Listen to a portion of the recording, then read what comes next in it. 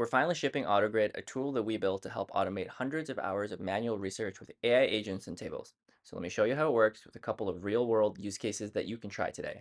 So there's a few ways you can get started with Ottogrid. You can import an existing CSV, you can start with a template, or my favorite is you can just ask an AI agent to build the table that you want specific for your use case. So go ahead here, click start, and we'll let the agent kind of get to work thinking and just creating all of the columns for me with all of the necessary tools and prompts. Cool. So now again, at the core, the main idea is that a column is an AI agent. So that means that I have a column type. I can give it various different kind of options. I have tools. So we have things like scraping URLs, enriching companies, enriching people. We have this thing called inputs, which essentially lets you bring context from other columns into your existing one just by typing add. So I could say add tech startup, add company news, etc. And you have your prompt, which is basically just describing what you want the AI agent to do. Now, the nice part is that we actually have an integrated assistant that will just make us columns for us. So I can say here, make an employee range column for me. And it's going to go ahead and create that for me. Boom. I can click save.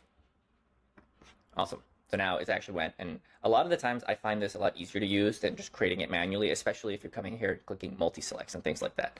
So now there's a couple ways to add data to the table. We actually have a kind of company search here that you can search for. Maybe I want to say like AI companies, and I can just save and add these.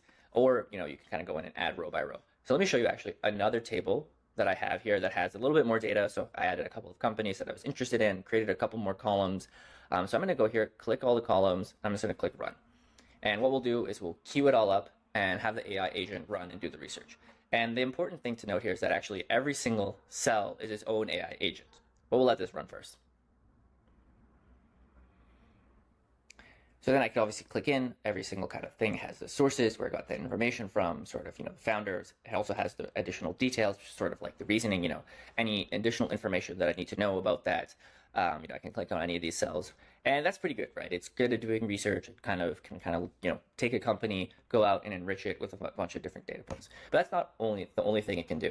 So for example, maybe I'm actually looking at recruiting and I have a bunch of LinkedIn profiles. So here I made a table for myself where I give it a LinkedIn profile, and it kind of, scrapes it. It uses the scrape URL tool. So here's the interesting part is now I actually asked it to get me my GitHub profile. So it uses my name that it found in my LinkedIn profile to find me my GitHub link. Then it sort of, goes in, grabs all the information that's on my GitHub profile, and it also looks at how many GitHub contributions that I have. So, I like to commit a lot. I got 2,600 here. But you can actually apply that to not just recruiting. Let's say I'm looking at real estate. I have a bunch of property addresses, and all I did here was I actually gave it the address, and I said, go find me any listings, property price, rental income. And again, what it does, it takes the original property address, first finds the listing URL. Then after it does that, it grounds itself with the real estate listing as the source of truth to find me all the property prices. So we know that the information that it's grabbing is all from that specific link.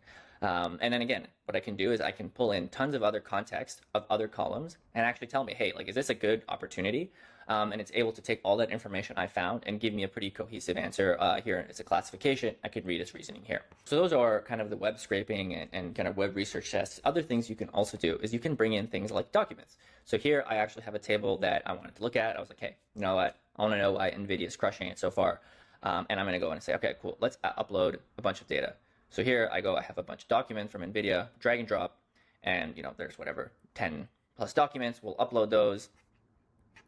We'll click save, and then we'll save and run.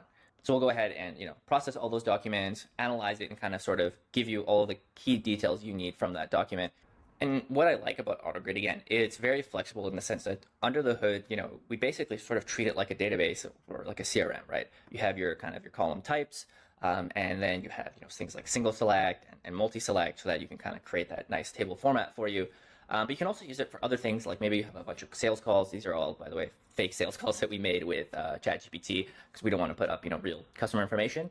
And again, it looks at what happened in the call, what was the business, what were the features requested, what was the customer interested, and kind of helps if you have a bunch of calls to analyze. It helps you kind of figure out what went well on the call, what didn't go on the call. Should I qualify this person? Should I not qualify? What to improve on?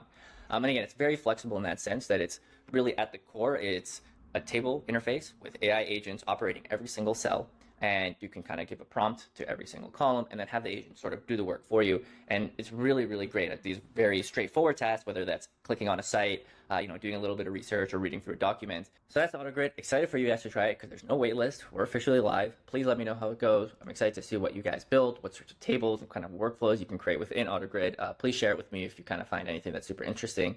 But yeah, that's all. Excited to see what you guys can do.